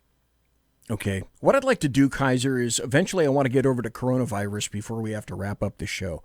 But I have a couple of questions that I hope to use to wrap this together. You told me to take a peek at a guy with three names and examine him. We haven't yet mentioned this individual. So when I do, I'd like to have you explain what it is that you may or may not know about this guy. And then that'll take us down to the bottom of the hour. We'll take a break. When we come back, Kaiser, what I'd like you to do is, following the break, kind of wrap this all up.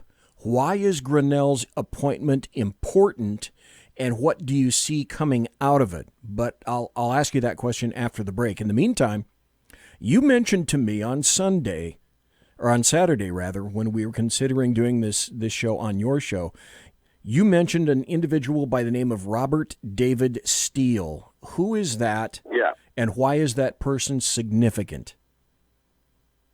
Oh, well, Robert David Steele is a former CIA guy. He's the one who started the open source everything movement. I mean, the Marine Corps adapted it for intelligence, and so did DIA and a few other agencies. And what that means is it's not functionally being used as it's supposed to be, where, you have secrets that should be secret. And then you have secrets that are secret just because they can be secret.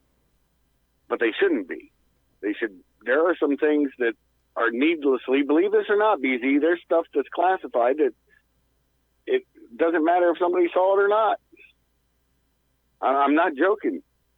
Stuff that's like, mundane crap. And Robert David Steele is important because him and what was her name? She was running for president, or he was. I can't remember which. She was in Congress. Cynthia McKinney. Oh, and believe it or not, she's a really intelligent nuts. woman. But she was she's nuts. But she's nuts, but she's super intelligent. Wow. And that's what people didn't get from her, just because I think they didn't like her in the Washington scene. But you can see some interviews with him and her, and you actually see that she's not the goofball that a lot of. And now I'm not saying I agree with her politics. Don't take that wrong. Okay. I'm telling you, I can tell, and so can you, if somebody's smart and if they're not. And she's very intelligent. I'm not smart anymore because my mind's going, because I'm gotten older. But I no longer have the complete photographic memory that I used to have. Recall's a problem. But other than that, I'm fine. It just boggles the mind that when they were running, his platform was, what was it? It was a platform of honesty, i.e., get the stuff out in the open, all the bones, all the bodies, who's involved with what, pursuing the people that are really evil, but some forgiveness too. And with that forgiveness, you can fix things and not foment what we see now. This is going back several years. This is probably 2012, I think, when he did that. Okay. The election with Obama. So, anyways, I'm not really clear on which election cycle that was, but I think it was that election cycle. And it may have been 2008. I can't remember. Mind is going out a little bit on that. But anyways, you'll see. You guys can look that up. Robert David Steele's. He's written some outstanding books. I mean, there are some guidebooks that intelligence agencies still use today.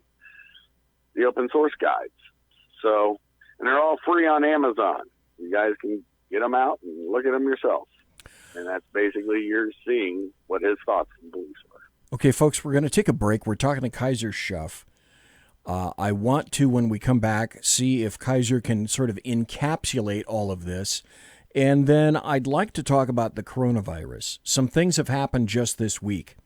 And on various forms of social media, I've been told that I'm a raving loon. Well, okay. Am I a raving loon? Well, we'll talk about that. Lots of people that if they met me, they would probably describe me as a raving loon. Maybe you do too. I'm not sure. But in any event, we're going to go to a break, come back, have Kaiser Schuff wrap all of this up with Richard Greenell and what it really may mean for the future. And then we're going to discuss, talking about future, we're going to talk about how something may or may not, I don't know, change the United States of America. We'll be right back. Conservative media done right. You're listening to the SHR Media Network. Southern Sense is conservative talk with Annie, the radio chick you bellows as host, and C.S. Bennett co-host. Informative, fun, irreverent, and politically incorrect. You never know where they'll go, but you'll love the journey. Annie is a top conservative host on Top Talk Radio and features some of the finest guests packed with important politicians and newsmakers. Listen every Friday, 3 to 6 p.m. Eastern, noon to 3 Pacific, on the SHR Media Network. Remember, Southern Sense is common sense.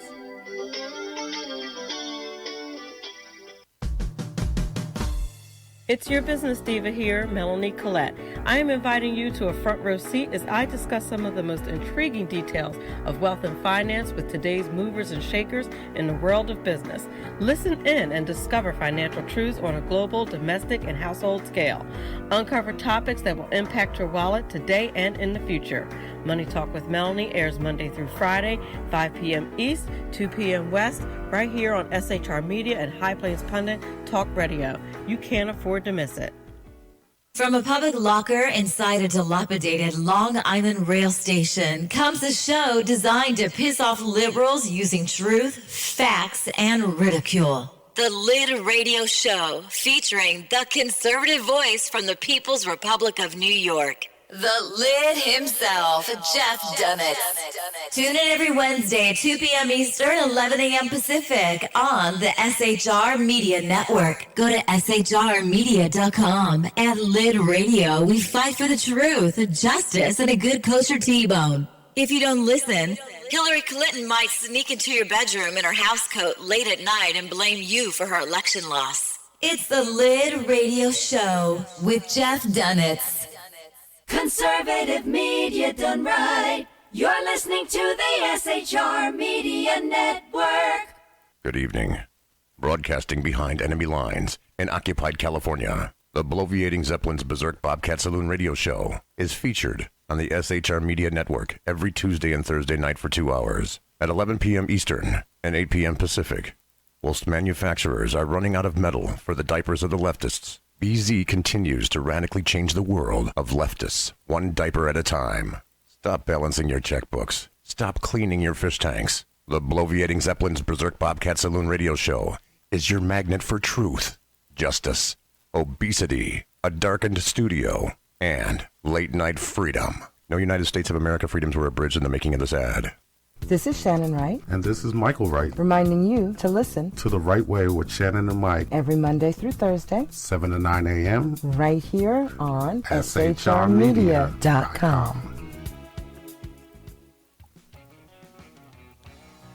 Join me, Jack Alexander, for the Jack Alexander Experiment podcast, as I take a unique outsider's look at the issues affecting the USA.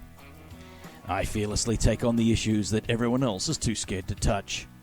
The Jack Alexander Experiment podcast is available wherever good podcasts can be found, like Spreaker, iHeartRadio, and Google Podcast.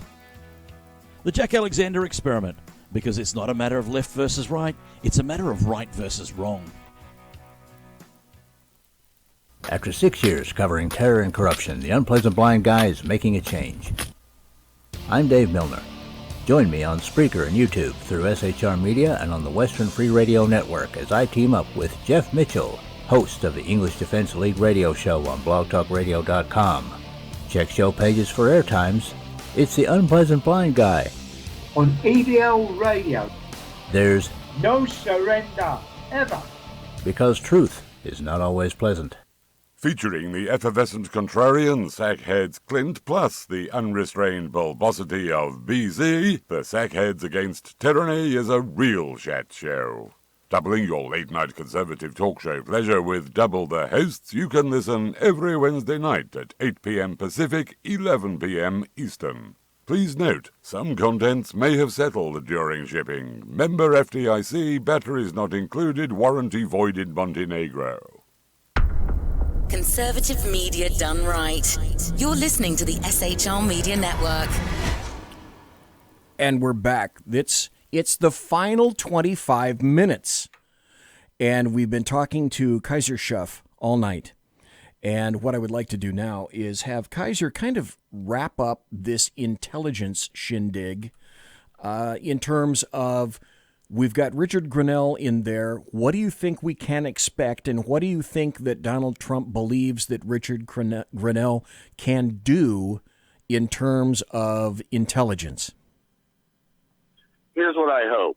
I'm looking into my crystal ball. Here's what I hope. Grenell can finally declassify the intelligence IG's report, which should never have been classified. Ooh, one of those things that I said shouldn't have been classified. That's getting it out in the open.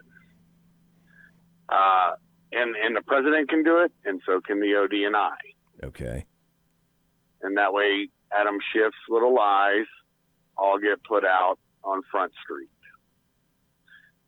Secondly, I hope that he can convince the American people. I hope he takes more of instead of a backdoor approach, which him going on Rubin is a good sign, where it's a front door approach where he says, we need to get the UN out of the USA and stop letting it suck off the taxpayers' tit. That's the two things I hope he does. But we'll see, right? Yeah. You know, I've been looking at some articles here, and we might have to do the coronavirus at the very, very, very, very, very, very, very, very end, because I found a couple of other articles that I want to address with you before we go tonight. There's an article from CNN Politics which says more departures are expected at the nation's top intelligence office. I cannot help but think that this is part and parcel of what Trump is doing. CNN wrote that some intelligence officials, top intelligence officials, are looking to leave following the recent upheaval at the office that oversees the 17 intelligence agencies of the U.S. government. So maybe this is OMB's attempt to turn shit upside down again. Now, Richard Grenell is a temp dude, but apparently all of this is causing quite a flutter in the White House. There's another article. Oh, this is so sad. From MSNBC, and I had to mention this tonight. White House Purge campaign hunts for those lacking loyalty to Trump. Stop. People in the White House serve at the pleasure of the president.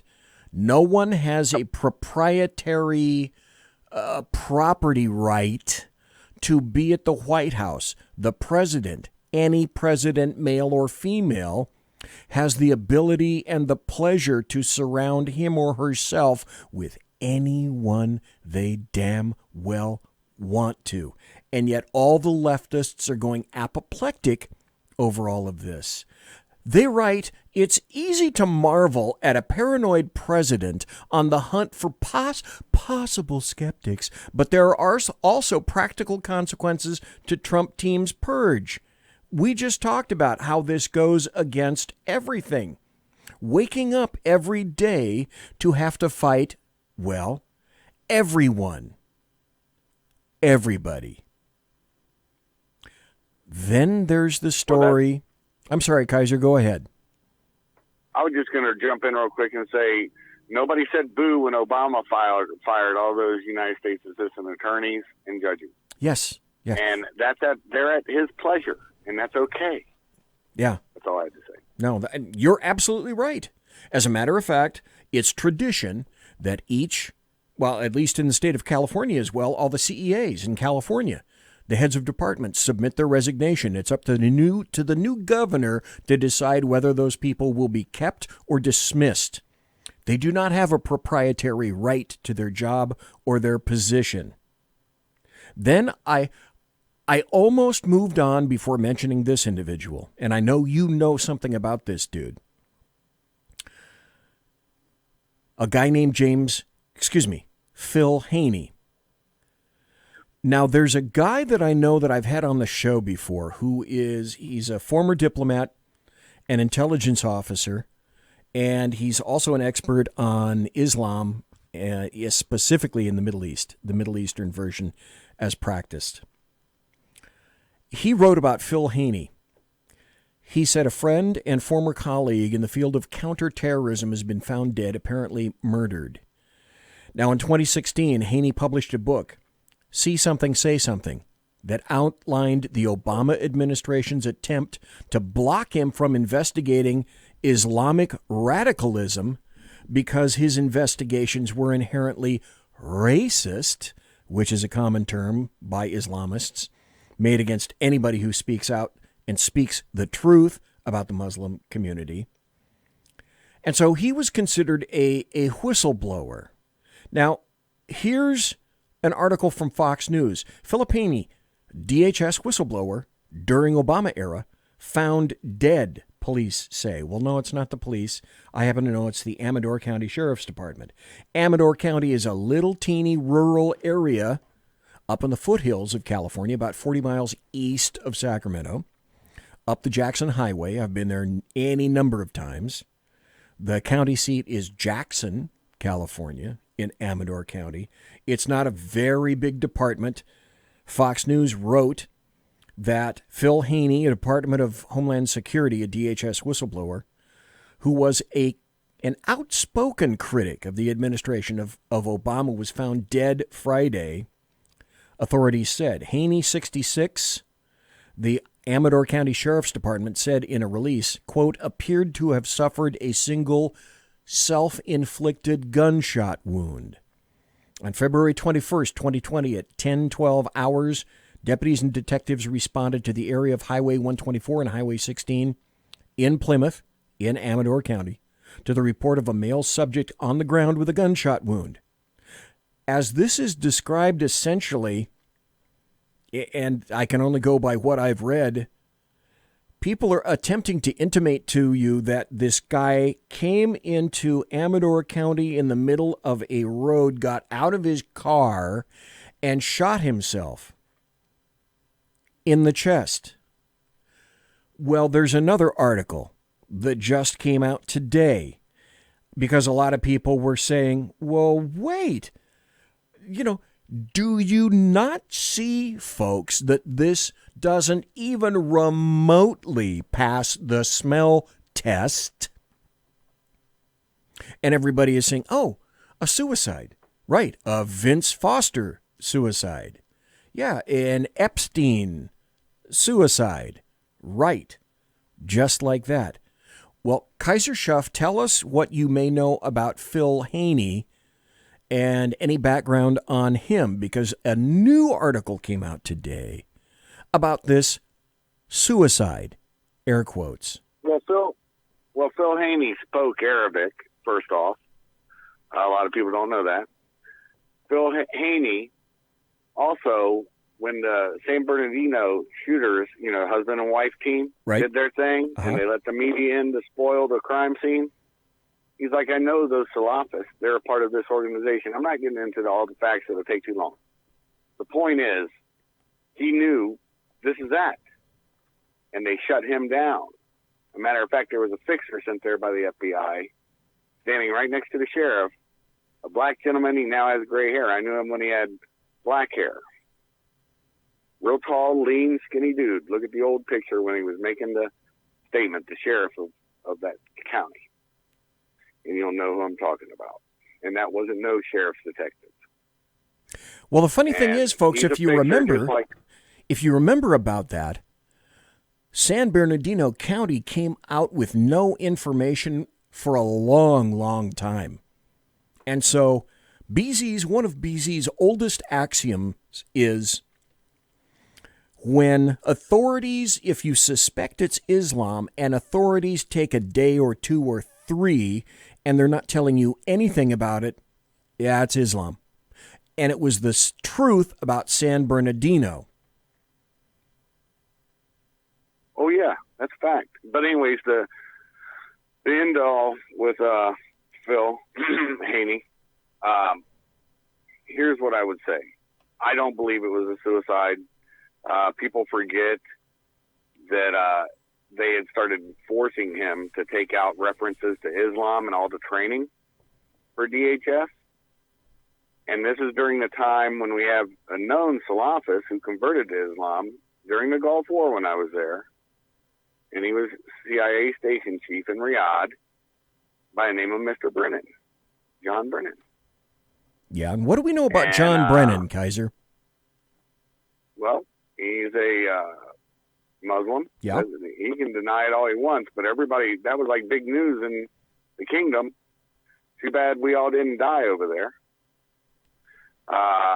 He's a liar.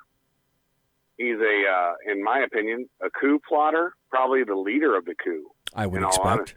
I would agree.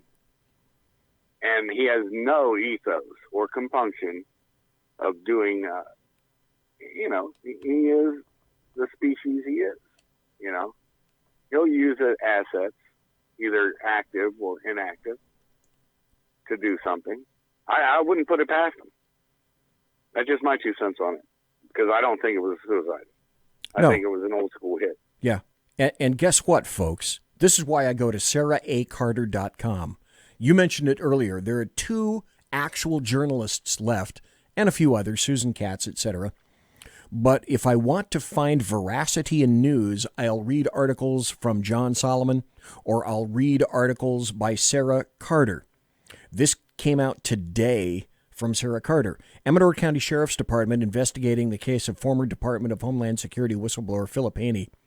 They issued a press release Sunday backtracking from earlier statements made by their office that his death was ruled a suicide.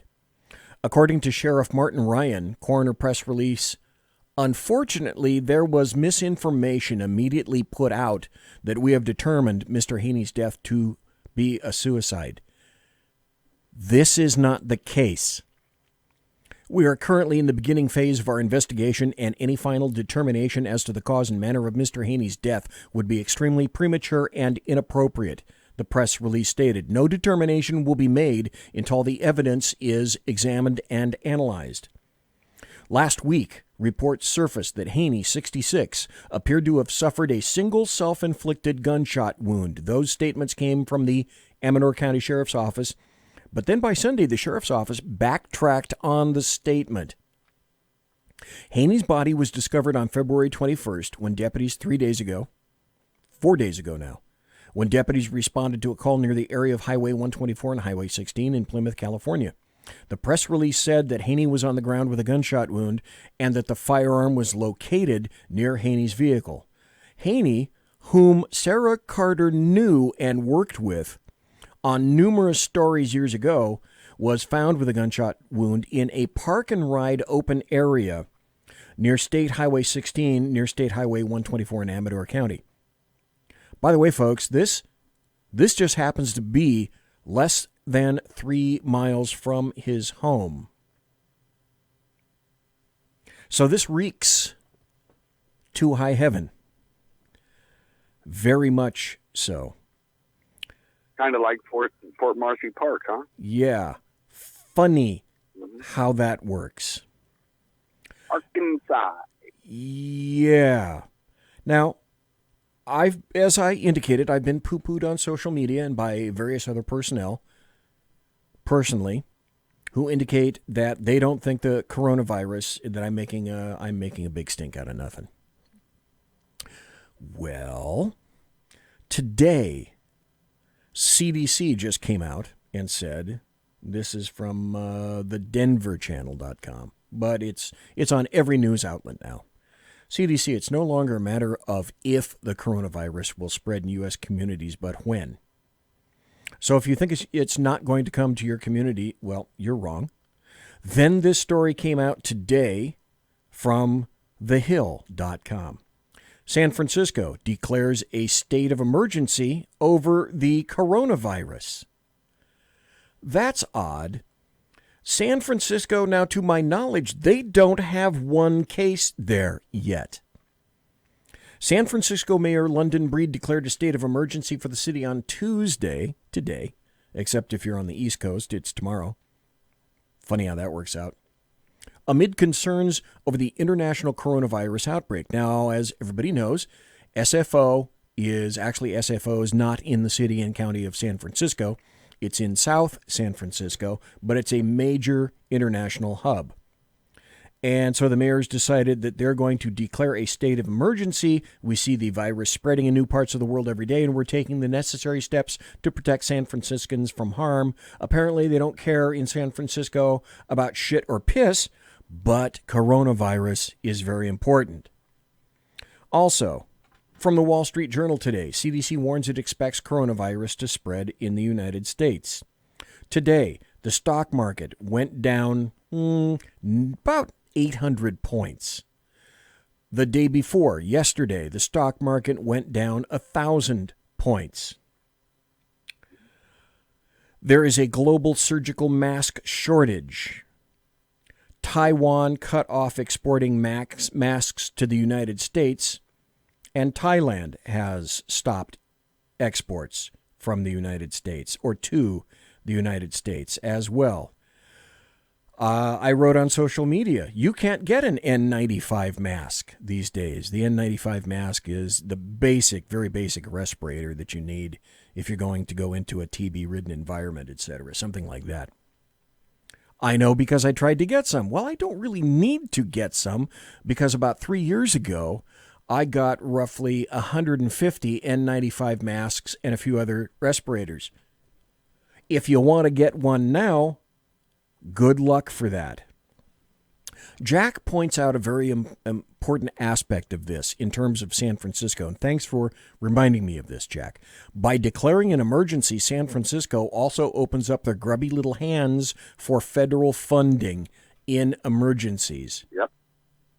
Which is very important. Now, the thing that got my attention was 2 days ago. This outbreak has hit Europe. 12 towns now have been put on lockdown. I was watching video of people lining up with carts at an Italian supermarket to go in to try to get food, and the shelves were mostly bare. That's also the same day the stock market went down 1,000 points.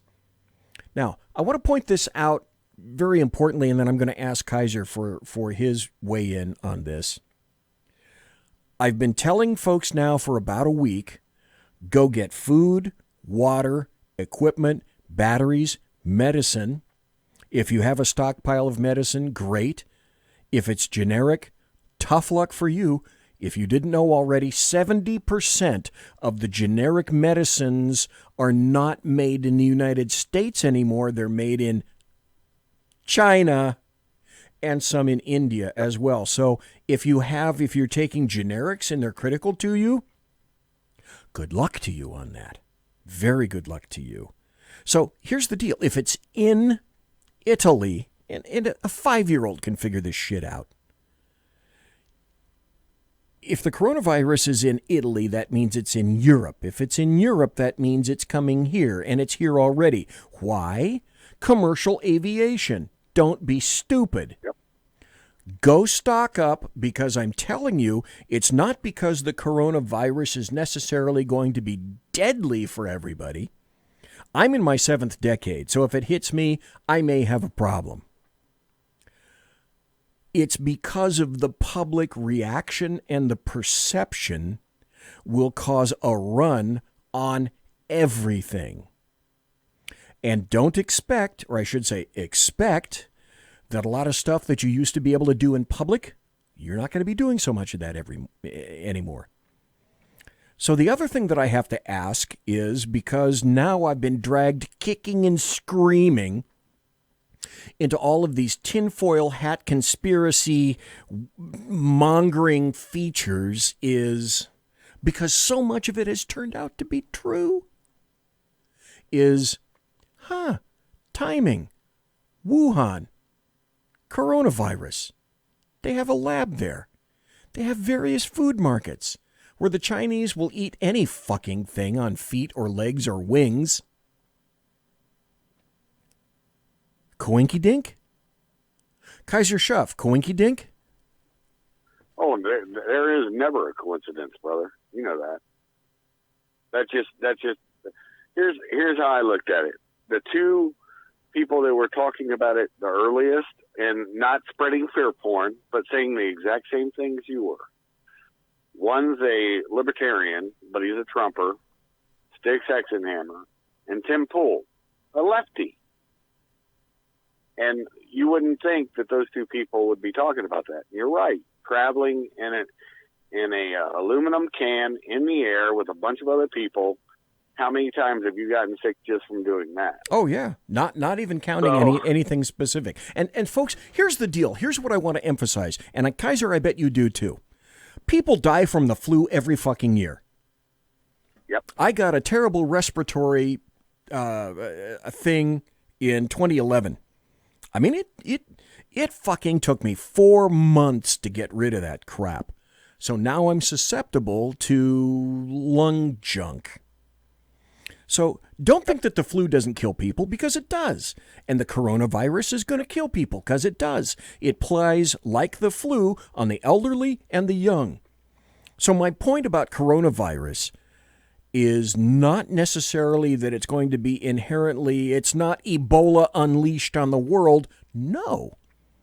The point is, when you have people in the United States who have never been subject to anything similar to this before, you can expect for the public to go fucking nuts. You can expect for them to be unhinged, because they are not used to anything remotely like this. And as Dave pointed out in chat, it's coming. We knew this was coming. Well, we always knew this was coming. Well, there was the guy who wrote, I can't think of his name right now, daggone it, Frank something or other, or Francis. He's a doctor. He actually wrote the UN's report on bioweapons. So he's kind of a subject matter expert. I hate the term expert, because experts are found dead all the time from things they're expert in. I just don't, enjoy that terminology. But he said that it definitely was weaponized, and this is going back several days. He said it was mixed with, the AIDS strain, the HIV strain, the coronavirus. That's why they're now calling it COVID-19. And it's persistent. If it's on a surface, BZ, it can last for up for 9 days. And it's resistant to one of our major deconning things that we use, and the Chinese use, everybody, for chemical and bio. And that's called supertropical bleach. When you see them spraying the areas in China, that's what they're using. And it's even resistant to that.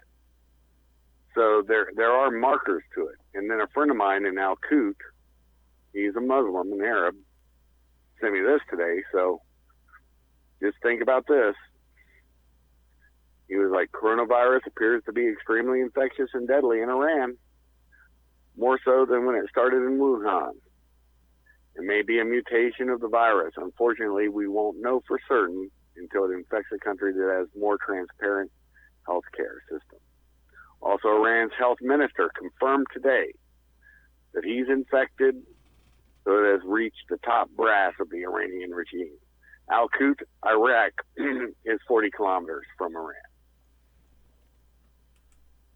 So, be aware, folks. This is, I cannot specifically identify or or state, because I'm not a doctor, about the lethality or the lack of lethality of coronavirus. I make what I say. I make these statements due to the fact that I and Kaiser and people like me have seen public reactions before. So go in and get what you need right now before this actually enters the brain pans of most of the lizard brains of people in the United States, and they will make a run on supermarkets, and you will find that there is very little to get when those runs are made all across the fruited plain. Don't say I didn't tell you. I'm not saying that I'm proposing death or this is any more lethal necessarily than the flu. The big difference of this is how people are going to react to all of the information that's being displayed and that's all over the news. Act now or pay later. That's all I'm suggesting. I'm not trying to be... The most lethal...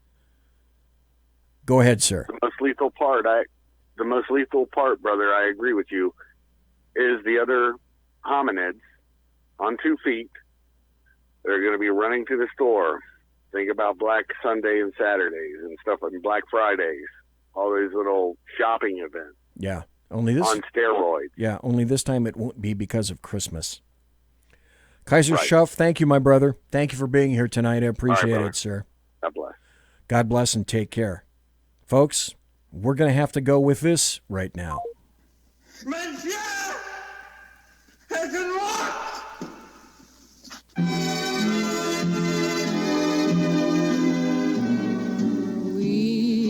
Ladies and gentlemen, boys and girls, children of all ages, thanks for listening to the Bloviating Zeppelin's Berserk Bobcat Saloon radio show, live and direct right here on the SHR Media Network. If you want to contact me, you'll find me on Twitter at BZEP, at BZEP, and on my blog at bloviatingzeppelin.net. Promotional consideration is by the Lockheed Martin Skunk Works, by Shure and Electro Voice microphones, Aracus boards, and Pratt & Whitney engines.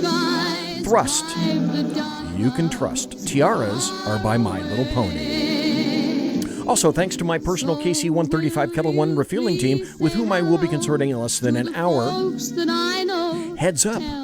Information indicates rumors are that there may, in fact, be a Shat show tomorrow night. I have been in communications with Clint.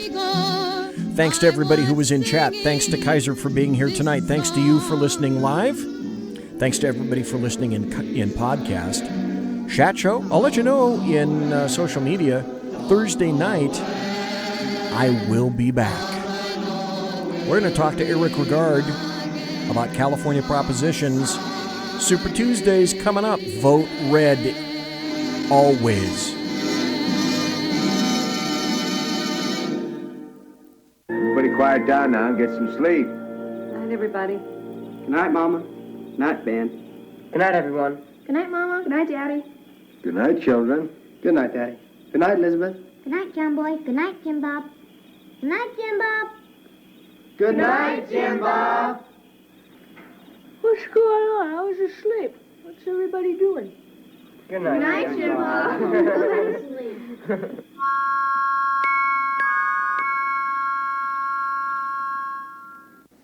Good night, and good luck.